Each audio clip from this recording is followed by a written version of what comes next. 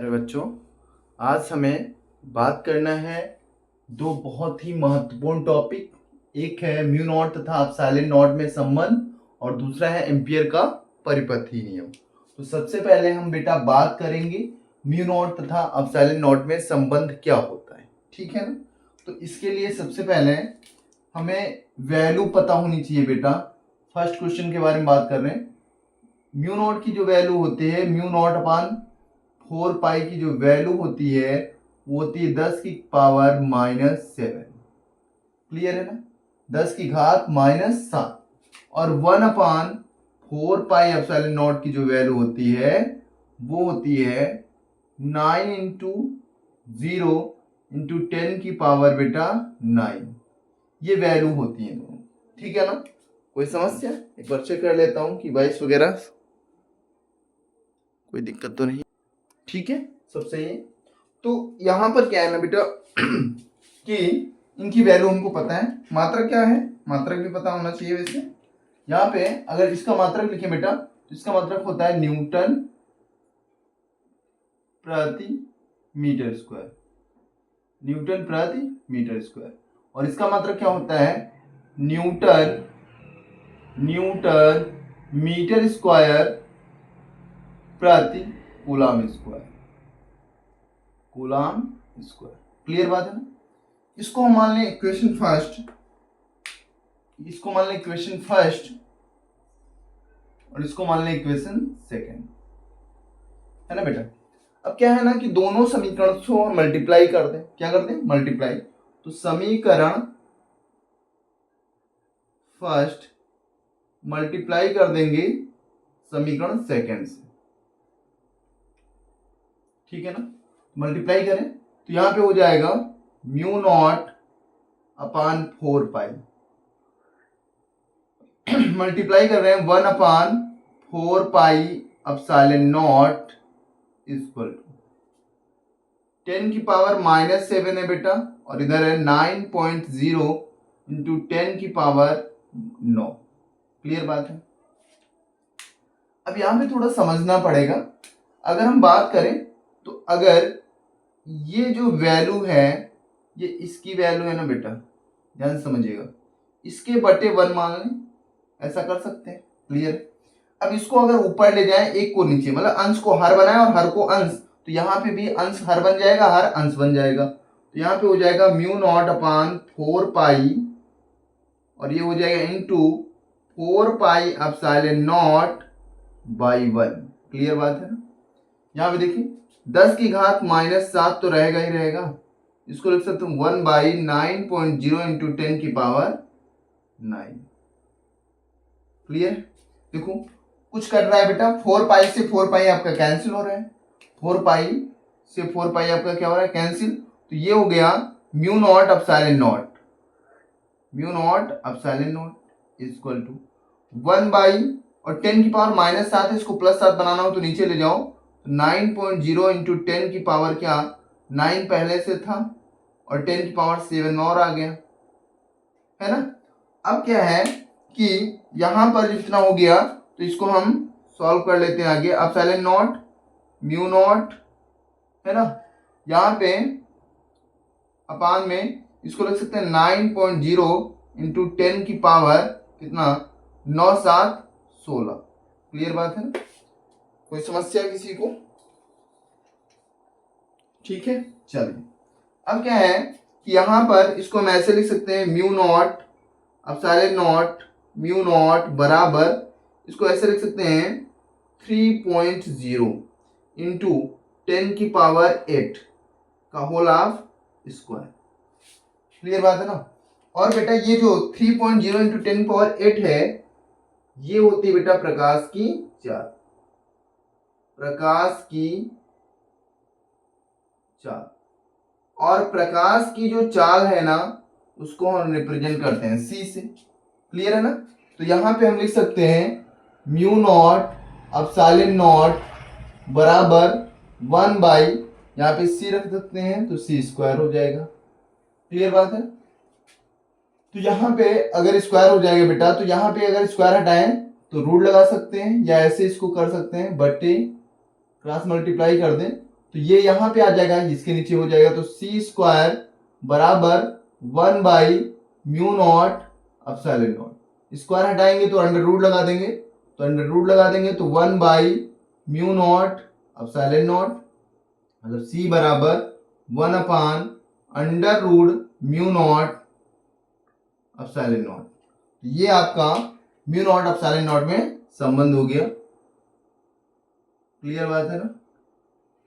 किसी कोई समस्या है तो please please please comment box में लिख दीजिए, ठीक है ना? तो सेकंड, एम्पियर का परिपथीय नियम के बारे में बात करेंगे कि एम्पियर का परिपथीय नियम क्या है और इसके अनुप्रयोग के बारे में हम बात करेंगे, ठीक है ना? तो चलिए एम्पियर के परिपथीय नियम के बारे में बात कर लेते हैं। क्या होता है एम्पियर का परिपथीय नियम? इंपॉर्टेंट है बेटा बहुत ज्यादा। एम्पियर का परिपथीय नियम, एम्पियर का परिपथीय नियम क्या कहता है? पहले इसको हम फार्मूला इसका समझ लें। देखो, एम्पियर का जो परिपथीय नियम होता है उसमें समाकलन होता है किसका? बी का, और किसके साथ? अल्पांश लंबाई dl के साथ, है ना? बराबर होता है μ0 सिग्मा i, है ना? ये होता है एम्पियर का परिपथीय नियम। इसको कहेंगे क्या? ये बेटा है ये चुंबकीय क्षेत्र का, इसको क्या बोलते हैं? चुंबकीय क्षेत्र का रेखीय समाकलन, चुंबकीय क्षेत्र का रेखीय समाकलन, है ना? और ये तो μ0 है, इसमें कहेंगे कुल धारा,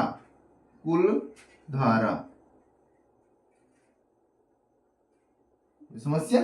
तो ये चुंबकीय क्षेत्र का रेखीय समाकलन इसको बोलते हैं, और ये सिग्मा आई का मतलब है कुल धारा, और μ0 तो आपका कांस्टेंट होता ही होता है। क्लियर है ना? तो अब हम बात करेंगे इसके नियम के बारे में, इसका नियम क्या है ना? कोई समस्या? ठीक।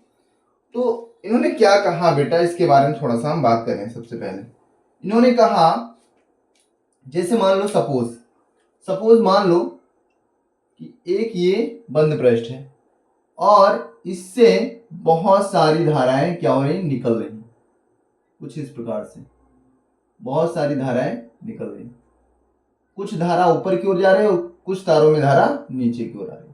तो इन्होंने कहा कि किसी बंद पृष्ठ के अंतर्गत किसी चुंबकीय क्षेत्र का जो रेखीय समाकलन होगा उस पृष्ठ से गुजरने वाली कुल धारा का μ0 गुना होगा। मतलब ये कि यहाँ पे अगर I1 है, ये I2 है, ये I3 है और ये I4 है, तो अगर कुल धारा निकाली जाए यहाँ पे कुल धारा जो होगा बेटा I1 प्लस I2, क्योंकि दोनों की डायरेक्शन एक सेम है लेकिन इनकी डायरेक्शन विपरीत है, तो I3 माइनस I4, ये कुल धारा निकल के आएगी, है ना? अब यहाँ पे बात करेंगे रेखीय समाकलन के बारे में कि एक रेखीय समाकलन क्या होता है। मतलब ये कि चुंबकीय क्षेत्र का लंबाई के अनुदिश जो डॉट गुणा होता है, चुंबकीय क्षेत्र का लंबाई के अनुदिश जो डॉट गुणा होता है वो कहलाता है चुंबकीय क्षेत्र का रेखीय समाकलन। अब डॉट गुणा क्या है? तो ये फर्स्ट ईयर में वेक्टर चैप्टर में पढ़ाया जाता है कि चुंबकीय क्षेत्र का जो डॉट गुणा है वो क्या होता है। क्लियर है ना?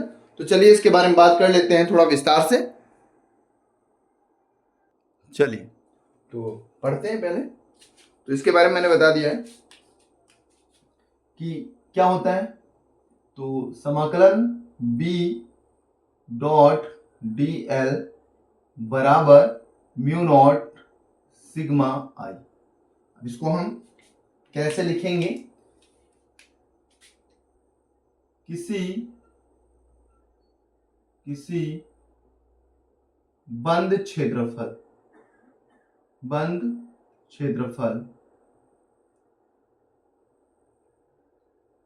है ना द्वारा, देखो किसी बंद क्षेत्रफल द्वारा, एक प्रकार से ये कह सकते हैं बेटा कि जो क्षेत्रफल है वो कैसा होना चाहिए, बंद, मतलब जैसे ये तार है तो जो इनके चारों ओर क्षेत्रफल, जैसे गॉस प्रमेय हम माने थे, गॉस प्रमेय पढ़ा रहे थे जब, तो उसमें मैंने बताया था कि बंद गॉसियन पृष्ठ मानते हैं, इसमें बंद एम्पियर, तो यहां पर बंद पृष्ठ होना चाहिए बेटा। बंद पृष्ठ का मतलब है ऐसे, क्लियर है ना। तो क्या कहेंगे, किसी बंद क्षेत्रफल से गुजरने वाले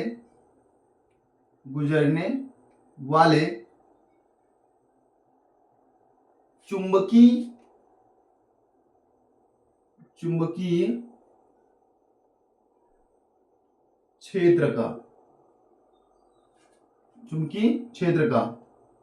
क्षेत्र का उस पृष्ठ या चुंबकीय क्षेत्र का रेखीय समाकलन लिख देंगे। चुंबकीय क्षेत्र का रेखीय समाकलन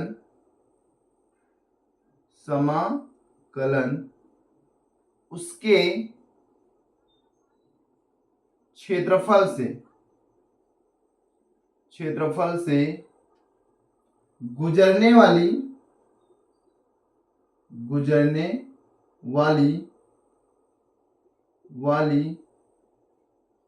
कुल धारा का म्यू नॉट गुना होता है। इसमें ये भी ऐड कर सकते हैं लंबाई के अनुदिश, है ना, चुंबकीय क्षेत्र का लंबाई के अनुदिश रेखीय समाकलन, तो यहाँ पर ऐड कर सकते हैं, या चुंबकीय क्षेत्र का रेखीय समाकलन उसके पृष्ठ उसके क्षेत्रफल से गुजरने वाली कुल धारा का म्यू नॉट गुना होता है। बस आप इतना लिखिए, ठीक है ना। अब क्या है, यहाँ पे हमको समझना है कि B डॉट डी एल बराबर म्यू नॉट सिग्मा आई, इसे हम बेटा बोलते हैं चुंबकीय क्षेत्र का कौन सा, रेखीय समाकलन।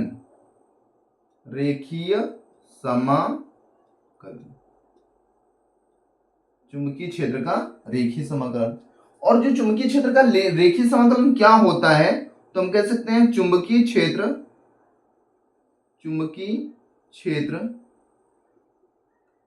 तथा लंबाई के अनुदिश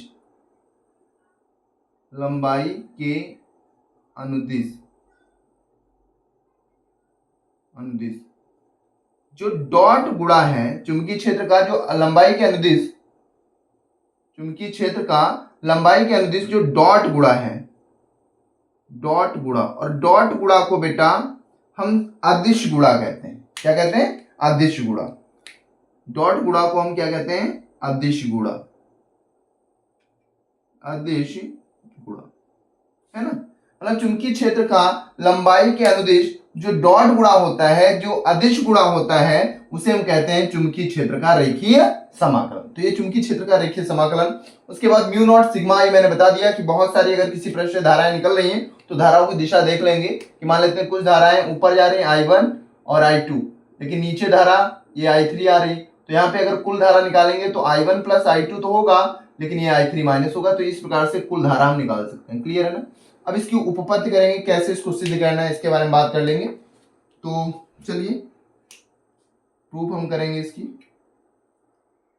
उपपत्ति के बारे में। तो इसके लिए क्या है ना, सबसे पहले बेटा एक हम चालक ले लेंगे और मान लेंगे कि इसमें जो प्रवाहित धारा है वो आई, कितने बेटा, आई है। माना एक चालक है जिसमें प्रवाहित धारा क्या है, आई, ठीक है।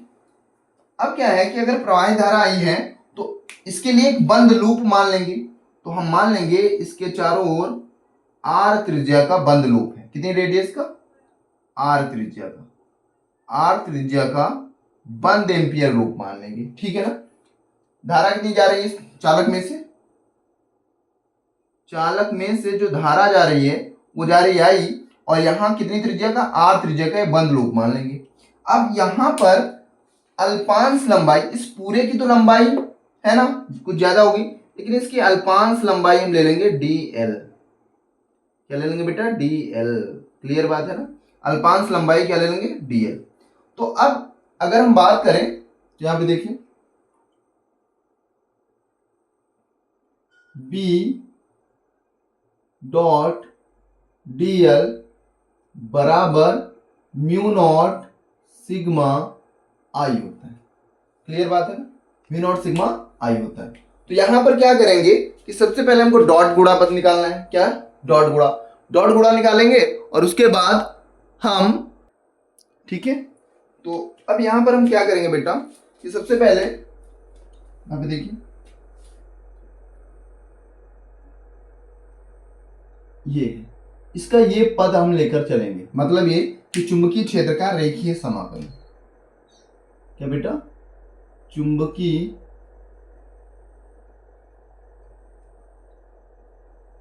क्षेत्र का रेखीय समाकलन, रेखीय समाकलन, समाकलन हमें करना है, कर लेंगे। चलिए देखते हैं कैसे बेटा। तो इसको हम ऐसे लिख सकते हैं, इस वाले पद को, इससे हम कोई मतलब नहीं रखेंगे, सिर्फ इसको लेकर चलेंगे। तो ये हो जाएगा b dl cos theta. Dot हटा देते हैं बेटा, वेक्टर अगर इसमें लगा है वेक्टर हटाएंगे तो cos थीटा आएगा। अब यहाँ पे बात करेंगे कि एंगल कितना बनेगा, थीटा बराबर, तो थीटा कितना बनेगा ये ध्यान दीजिए। सपोज मान लीजिए चालक है और चालक के चारों ओर जो रिंग है, जो ये बंद लूप माना गया वो ऐसे बेटा माना गया। क्लियर है ना, तो अगर ऐसे माना गया तो अल्पांश लंबाई dl लेंगे तो dl ऐसे होगी, देखिए उंगली की डायरेक्शन है ना, ऐसे तो होगा। और अगर चुंबकीय क्षेत्र की बात करें तो मैंने कहा चुंबकीय क्षेत्र कैसे ज्ञात करते हैं कि धारा की दिशा में रखते हैं अंगूठा, अंगूठा रख दिए और उस बिंदु की ओर उंगलियों को तानते हैं यहाँ पे ऐसे, तो यहाँ पर जो चुंबकीय क्षेत्र होगा इस डायरेक्शन में अंदर उंगली हथेली के लंबवत, तो यहाँ पर जो चुंबकीय क्षेत्र की डायरेक्शन है वो क्रॉस वाली है, मतलब अंदर की ओर, और डीएल भी आपका अंदर की ओर, तो इसलिए थीटा कितना हो जाएगा बेटा, 0। क्लियर हो जाएगा, इस बात को ध्यान से समझिएगा। यहाँ पे हम अंगूठे को रखेंगे धारा की दिशा में, उंगलियों को डीएल की ओर तान देंगे, मतलब जिस पॉइंट पे निकालना हमको यहाँ पे निकालना चुंबकीय क्षेत्र, तो यहाँ पे देखो हथेली ऐसे ही तो गई बेटा, तो अंदर की ओर चुंबकीय क्षेत्र कहाँ होगा, अंदर की ओर। उसके बाद डीएल की बात करें तो ये चालक हो गया, चालक के चारों ओर ऐसे रिंग है, अब डीएल ऐसे होगा, ऐसे डीएल छोटा सा ऐसे है ना, तो डीएल भी सेम, तो सेम जब डायरेक्शन में है तो यहाँ पर डीएल और क्रॉस दोनों, मतलब चुंबकीय क्षेत्र और डीएल एक ही डायरेक्शन में है, तो थीटा बराबर क्या हो जाएगा, 0। तो यहाँ पे हम रखेंगे क्या, यहाँ पे रखेंगे बी डी एल और यहाँ पे हो जाएगा cos 0, और cos 0 की जो वैल्यू होती है वो बेटा 1 होती, तो यहाँ पे हम लिख सकते हैं बी डी एल ऐसे। समाकलन सिर्फ उसका होता है, हम कह सकते हैं जिसके साथ डी लगा, तो डीएल एल का समाकलन होगा। अब देखिए यहां पर जब इसको बेटा करेंगे तो b बराबर, यहाँ पे हम थोड़ा सा फार्मूला लिख देते हैं, इसके पहले वाले लेक्चर में मैंने पढ़ाया है कि b बराबर होता है mu naught upon 2 pi I upon R. ये होता है कितनी दूरी पर, r दूरी पर है ना बेटा, तो mu naught upon 2 pi I upon R. अब यहाँ पे b की जगह वैल्यू रख देंगे, तो mu naught upon 2 pi I upon R, ठीक है, और डीएल समाकलन डीएल। अब सोचिए ये डीएल, यहाँ पे ये डीएल, ये सारे डीएल डीएल सब जोड़ेंगे तो ये मिल जाएगी वृत्त की परिधि, मतलब ये जो डीएल डीएल हम जब जोड़ेंगे समाकलन करेंगे तो समाकलन करने पर आता है बेटा यल, और यल मतलब होता है वृत्त की परिधि, परिधि परिधि, और परिधि बराबर क्या होता है 2 पाई आर। तो यहां पे हम लिखेंगे mu naught upon 2 pi I upon R into 2 pi R, ये कैंसिल होगा तो क्या आ गया, म्यू नॉट आई, क्या लेकर चले थे B dot D L. Clear बात है ना, तो यही हो गया आपका एम्पियर का नियम, ठीक है। तो मिलते हैं नेक्स्ट लेक्चर में। जिन लोगों ने अभी तक हमारे चैनल को सब्सक्राइब नहीं किया है तो प्लीज़ प्लीज़ प्लीज़ चैनल को सब्सक्राइब करें, वीडियो को लाइक करें, कमेंट करें और ज़्यादा से ज़्यादा लोगों तक शेयर करें, ठीक है ना। और मिलते हैं नेक्स्ट लेक्चर में एम्पियर के परिपति नियम के अनुप्रयोग लेकर, जो कि मोस्ट इंपॉर्टेंट है। ये तो बहुत ज़्यादा इंपॉर्टेंट है, इसके साथ साथ एम्पियर के परिपति नियम के जो अनुप्रयोग हैं वो बहुत ही इंपॉर्टेंट है। तो मिलते हैं कल नेक्स्ट वीडियो में, ठीक है। बहुत बहुत धन्यवाद।